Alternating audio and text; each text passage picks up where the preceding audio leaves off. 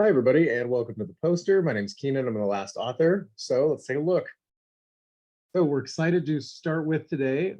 Drawing a little bit to begin. That's okay. Getting out of here. I know I promised you a good show, but hey. All right. So big deal in DLBCL is that CAR T is it's not taking over, but let's use the word that it's like extremely effective. We are starting to target and see like, hey, what genes are going to say, hey, CAR T is not going to work in this case.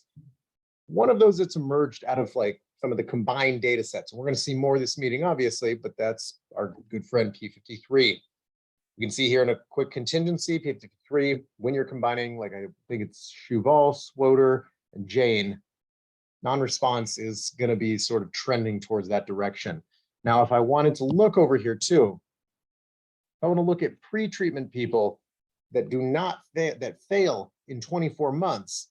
I want to see what genes are associated with them, crossing that with what genes are associated with P53 loss. In this region up here, we have genes that are gained in both of those regions. So what are the genes that are bad, do not survive 24 months? What are the genes that are bad, that are high in P53 patients?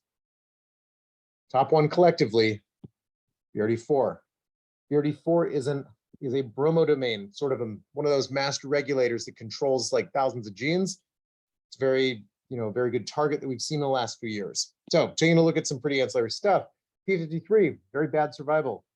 IBRD4, also associating with bad survival. These are both separate. We want to take a look right here. We can see BRD4 expression is going to be significantly high in a Welch T test or EFS24 fail in P53. I've got there. Now, cool thing that we did to set this all up. Let's look at P53 versus high BRD4. What's lost? It's all in here over here. Losses in both categories.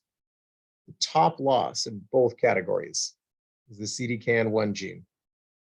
Equally over here, we have values, RNA-seq of cell lines treated with ARV-771. That's a BRD4 PROTAC, proteolysis chimeric inhibitor.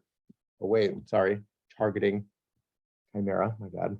It degrades things. It's not like a normal drug, actually just wipes them off the face, okay?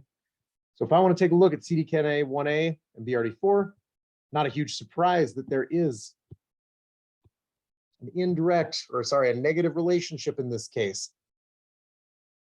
We can see as well that directly right here, the two important things right here, we are taking a look at GCB versus non-GCB and cell of origin. I'm going to show you right here, at least in the Zoom-ONA 2020 data set, we are not seeing any significant difference between those two groups.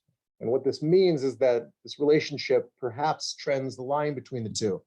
Just like P53, if you have it, it's bad. So getting right to it. People love PROTACs, be included. Looking at some cell lines right here, got about 5. In red, you see the dose curves of the PROTAC. In black, given that what we saw with CDKN1A, we took a look at CD4 and 6 inhibitor, Abemaciclib. You guys can pronounce that however you want. Now, you'll notice with ARV being a PROTAC, it does not have a typical dose curve. A little PROTAC goes a long way because the PROTAC itself, when it links the ubiquitin to its target and recycles its target over and over through ubiquinase, natural mechanism, it's not going to get reused the same way, or it's not going to get used up the same way that a typical inhibitor might be. That's kind of good. That's why you see some of these flat, very potent lines in a lot of cases, and that's why an ED50 is going to be extremely low in most cases. Now, looking here, just some data to look at. There's some relationships here. For example, you got high BRD4. You're going to have, oops, sorry, I circled the wrong stuff. You're going to have a low CDKN1A. A couple other relationships, obviously, we're testing in there, so wanted to throw those out. Now, if you're looking at CDKN1A, got to do some gene ontology. If you are a low patient, so you are a standard deviation below, otherwise we go negative, sorry. Same, by the way, I should have said a higher BRD4. I'm saying it's a 1 standard deviation above the average. Okay, so if we're looking at this, we got our normal stuff that you'd expect for a cell cycle tumor suppressor. In genes that are lost in these people, or sorry, in genes that are gained in these CDKN1A low people, this is what we're looking at right here. Equally, the ontology of interactants of these genes, guess who's king? Surprised me as much as it did you. I'm going to just get just BRD4 right there. There we go. So of the genes that when CDKNA is gone or it's low, what genes rise up? They're interactants of BRD4 equally. So if we take BRD4, CDK1A, and we pair them together in a protein gene net, and we say, okay, who are your interactants? Guess who's all on top? Some of the big ones, MYC, P53, the other big epigenetic ones.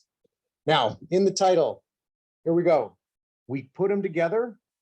Very exciting results. Bliss synergy was off the map. Hooray! Well, I don't want to use that word off the map. I don't know how high a score somebody else at this meeting might have, but we saw incredibly good, encouraging in vitro preliminary results.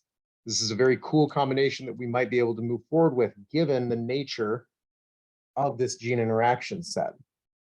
Cool thing too, one of the colleagues in the department has a microscope, as you can tell, single treatment, and then when we get into combination, these are Z-layered images, so there's actually technically height.